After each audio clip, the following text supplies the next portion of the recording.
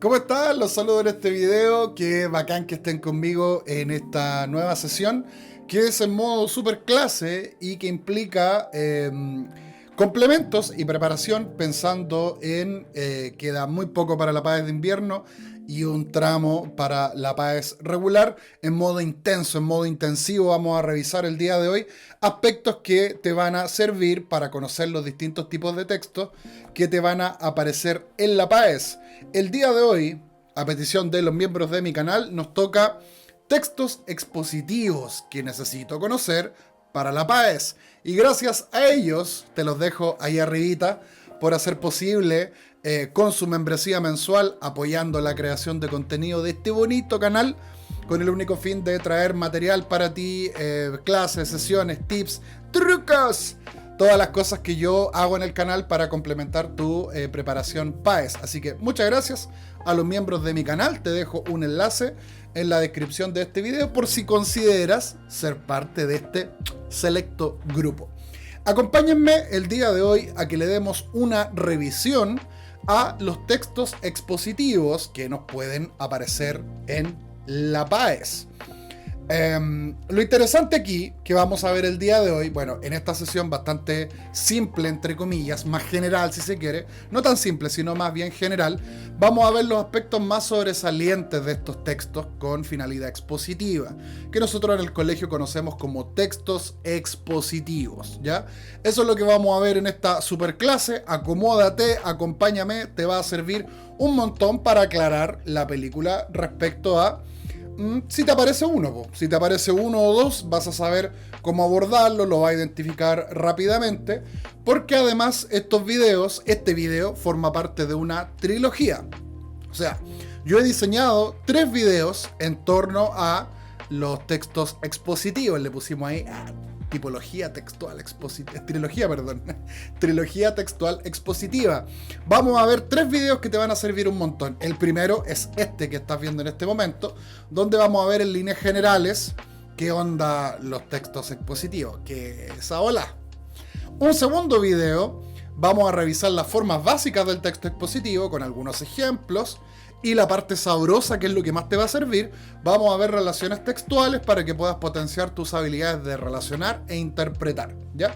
Eso te va a servir muchísimo y en modo intenso, en modo intensivo, claramente va a ser muy útil, dado que necesitamos saber cómo abordar y cómo desarrollar esas habilidades, ¿ya? Y un tercer video es práctico. Yo te voy a dejar un material de descarga, te lo vas a encontrar en mi canal de difusión, lo voy a dejar para mis miembros antes que nadie, para que revisemos esos textos, veamos algunas preguntas y apliquemos lo que vimos en el video 1 y 2. Así que acompáñame en esta trilogía. Considero estar suscrito, formar parte de este bonito canal que solo trae cosas bellas para ti, ¿ya? Acompáñame, lancémonos inmediatamente a dar una revisión de lo que vamos a considerar como tipos de textos expositivos, ¿ya? Muchas veces uno menciona de perogrullo esta idea de que los textos tienen apellido, así como nosotros tenemos nombre. Yo soy Renato, está lleno de Renatos en el mundo, pero solo Renato con mi apellido hay uno solo. Puede haber alcances de nombre naturalmente. Con los textos pasa algo muy similar. Todo lo que existe de manera organizada y con un propósito, nosotros lo vamos a denominar texto, ¿cierto? Tiene una finalidad comunicativa. O sea, cuando yo organizo ideas, construyo un texto, ¿cierto? Pero no todos los textos son iguales, no todos tienen los mismos propósitos, no todos tienen la misma estructura. ¿Qué ocurre ahí? Nosotros le damos un apellido a ese tipo de texto y lo ponemos ahí en una familia. Forma parte de un clan, de una tribu. Son textos que se asemejan, se hacen únicos con una finalidad en específico. Y muchas veces yo les digo a mis estudiantes que el apellido está en el mismo, el nombre está en el mismo apellido, básicamente.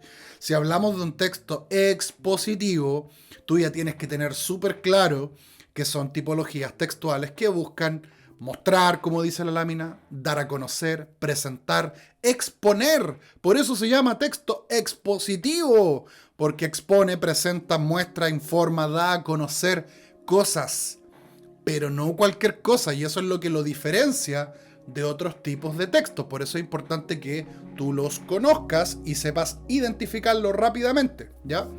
Yo he compartido con los miembros estos mapas conceptuales que organizan las familias de tipologías textuales que aparecen en la PAES, ¿ya?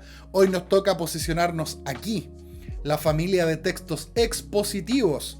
Ya tendremos tiempo para revisar narrativos, argumentativos y de difusión masiva, que a mi juicio son las grandes familias textuales que nos van a aparecer en la PAES. Hoy nos toca esta revisión.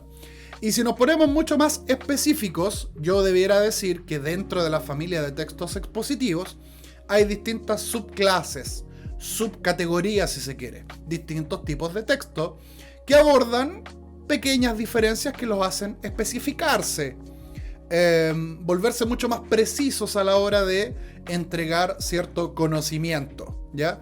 Y ahí vemos que hay artículos, infografías, investigaciones, textos científicos, textos divulgativos y muchos otros, pero en general esos que están ahí en la lámina son los que regularmente nos aparecen con mucho más detalle, sin lugar a dudas, ¿ya?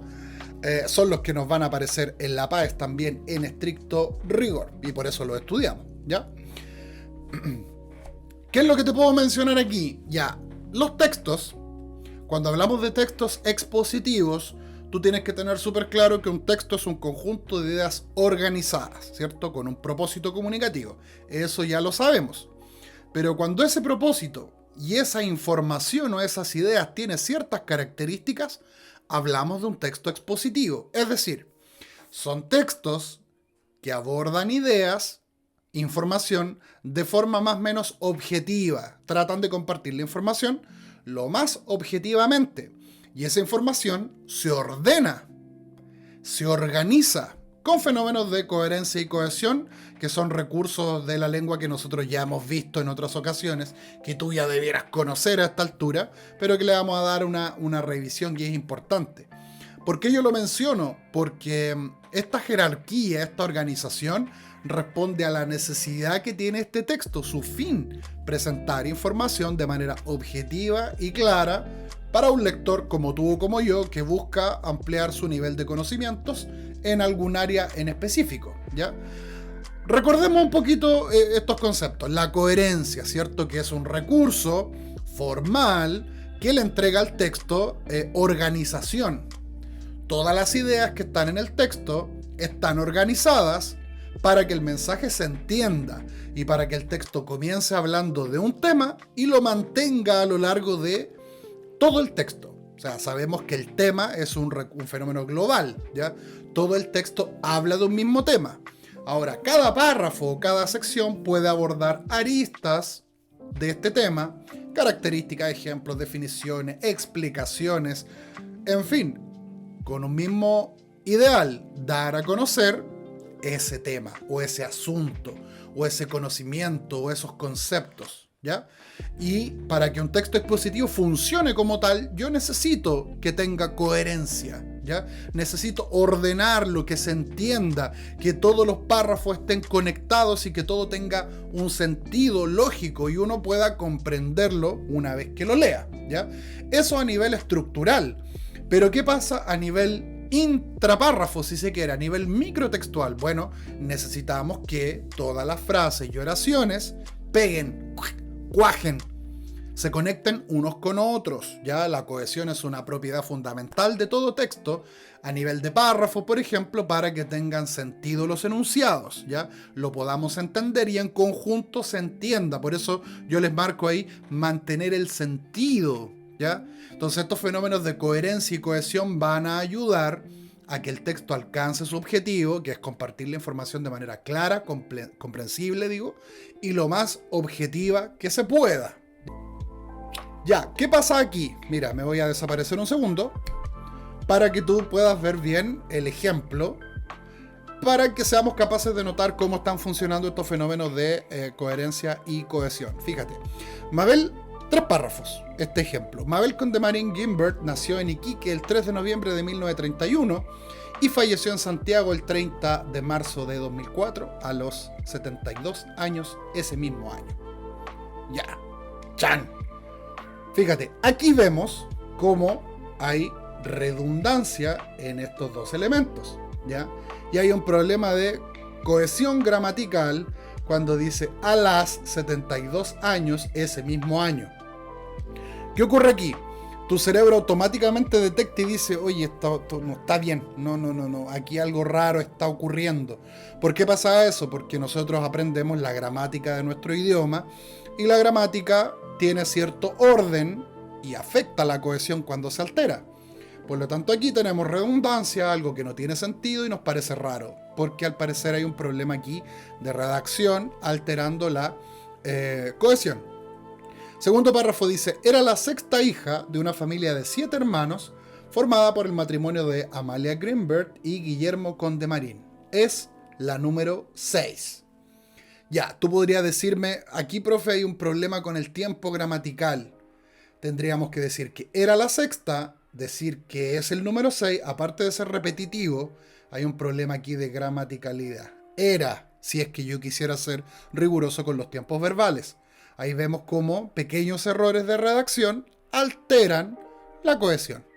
¿Qué pasa con el párrafo 3? Muchas veces los dolores de estómago son inhabilitantes para realizar cualquier labor.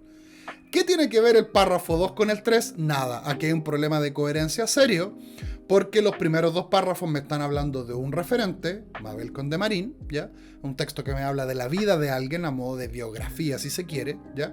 O tal vez el texto va a abordar aspectos de quién fue este personaje histórico y lo va a desarrollar.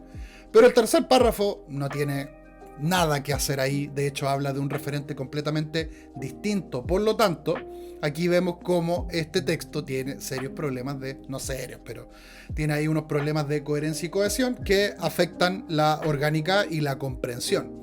Por lo tanto, en los textos expositivos se nota mucho cuando la coherencia y la cohesión flaquean. Y tú tienes que estar atento también, ¿ya?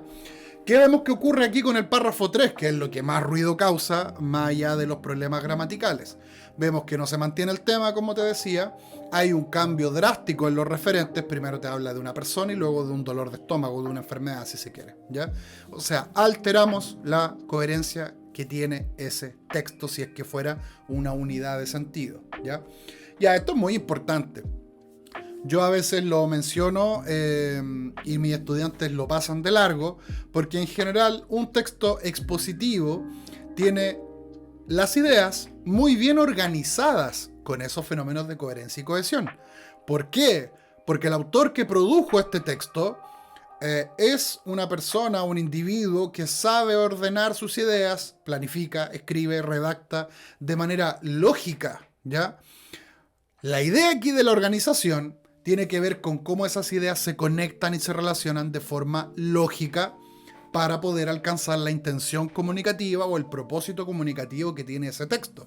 Mientras más organizado esté, mientras mejor orden, lógica y jerarquía tenga el texto, más fácil va a ser para el lector comprenderlo y obviamente para ustedes analizarlo.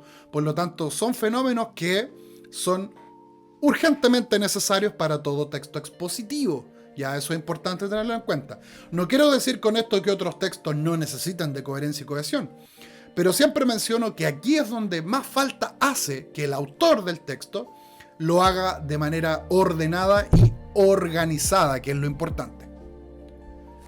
Ahora, en líneas generales, debiéramos decir que la estructura externa de todo texto expositivo es este modelo. Introducción, donde contextualizamos el tema, lo presentamos, lo damos a conocer.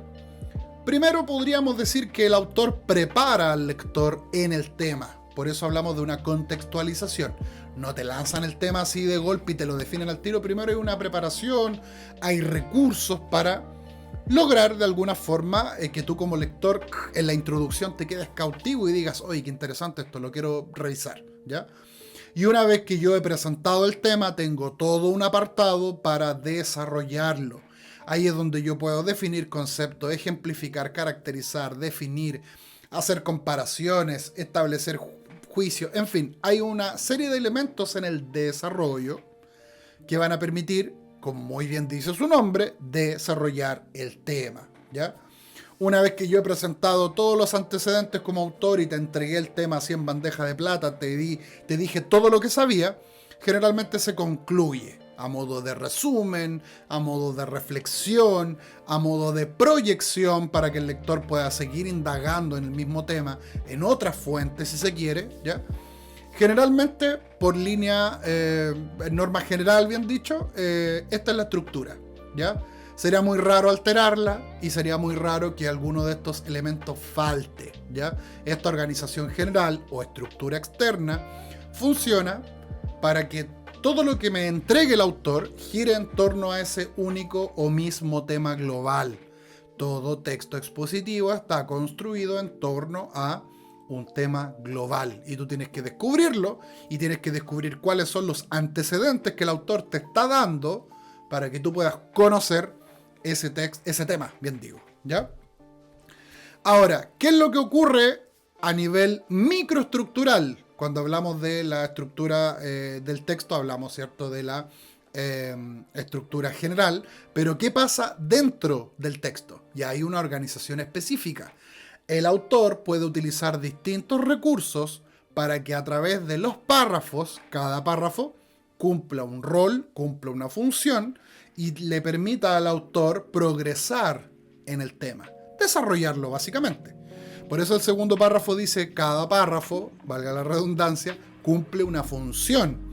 Hay párrafos que definen, hay párrafos que explican, que ejemplifican, que describen, que enumeran, que ponen comparaciones, que dan datos, que aportan evidencia, que aportan elementos, que aportan muchísimos. Mientras más complejo y extenso sea el texto, más necesidad existe de esa especificidad en la organización. Porque acuérdate, el autor organiza la información como mejor lo estima o lo estime conveniente, ¿ya? Estos recursos dentro del párrafo se conocen como formas básicas del discurso expositivo. Y te lo voy a dejar ahí pendiente para que lo veamos en el próximo video. Así que considera estar suscrito, campanita activa, para que no te pierdas en la siguiente entrega. Las formas básicas más usuales son 5: la definición, la descripción, la caracterización, la narración y el discurso de comentario, ¿ya? Donde el autor puede utilizar distintos recursos para desarrollar el tema. Te lo dejo ahí a modo de resumen, pero no olvides que lo vamos a revisar en próximas entregas. En nuestro próximo video lo vamos a ver con mucho más detalle, ¿ya? Es importante aquí tener súper clarito que la finalidad de estos textos es presentar la información, como te decía al principio, de la manera más clara y objetiva posible, ¿ya? ¿Para qué? ¿Con qué fin? ¿Con qué propósito se difunden estas ideas de manera objetiva? Para ampliar el nivel cultural de un público, de un receptor más general o más especializado, ¿ya? Estos textos van a utilizar todos los recursos que sean necesarios para desarrollar el tema y aumentar el nivel de conocimiento que el lector podría adquirir una vez que complete ese texto, ¿ya?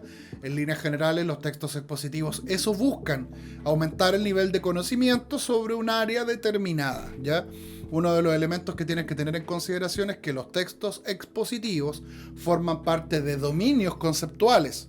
El área de la ciencia, la humanidad, de la medicina, los deportes, los inventos, que los temas son muy variados, por lo tanto tú también vas a tener que estar atento porque el vínculo que tú tienes que hacer como lector tiene relación con el tema global de ese texto, ¿ya? Por eso es muy importante que tengas esto 100% claro, ¿ya?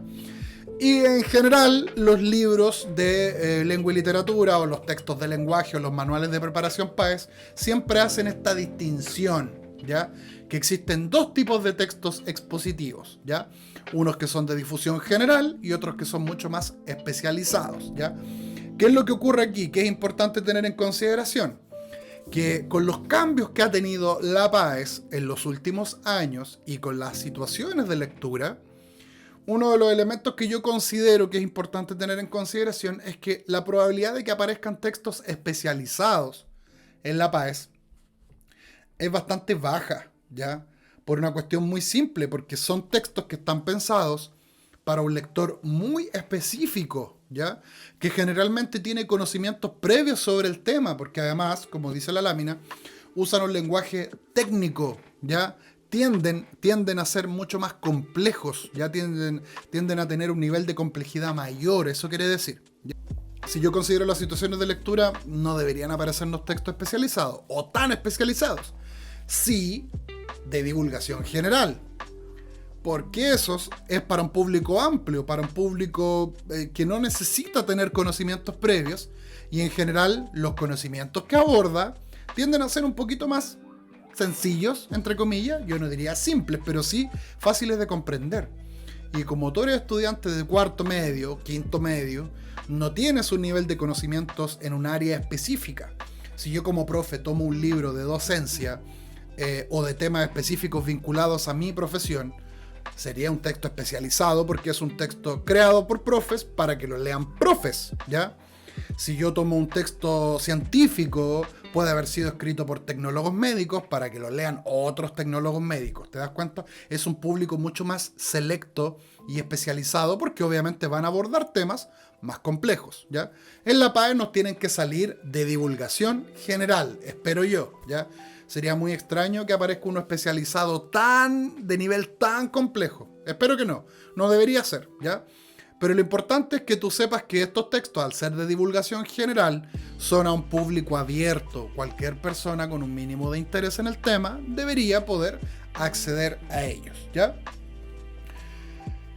Antes de terminar, quiero darte las gracias por acompañarme, por formar parte del equipo. Saludos a mis miembros, a todas las personas que pasan a dejar un comentario, un like. Me ayuda mucho que lo compartas y se lo compartas a quien tú consideras que le puede servir, ¿ya?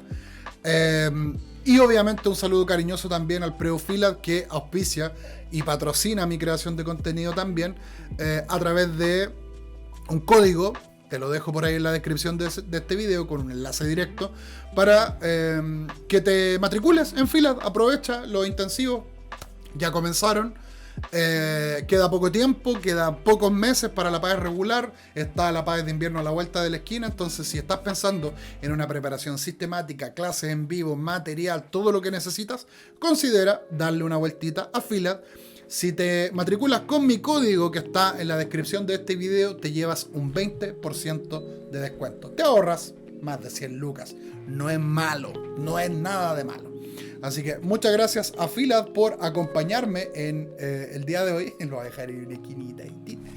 Y a ti por estar también en el video. Compártelo, me gústalo, deja tus comentarios, lo que tú necesites. No olvides estar suscrito, darte una vuelta aquí a mi cuenta de Instagram también. Y seguir la serie. Voy a estar compartiendo material para ti. Y estas super clases te van a servir un montón para aclarar la película y las cosas que tú necesitas, ¿ya? Gracias por acompañarme en este video. Los veo en la próxima. No olviden seguir la trilogía textual expositiva. Nos vemos, que estén muy bien. Adiós.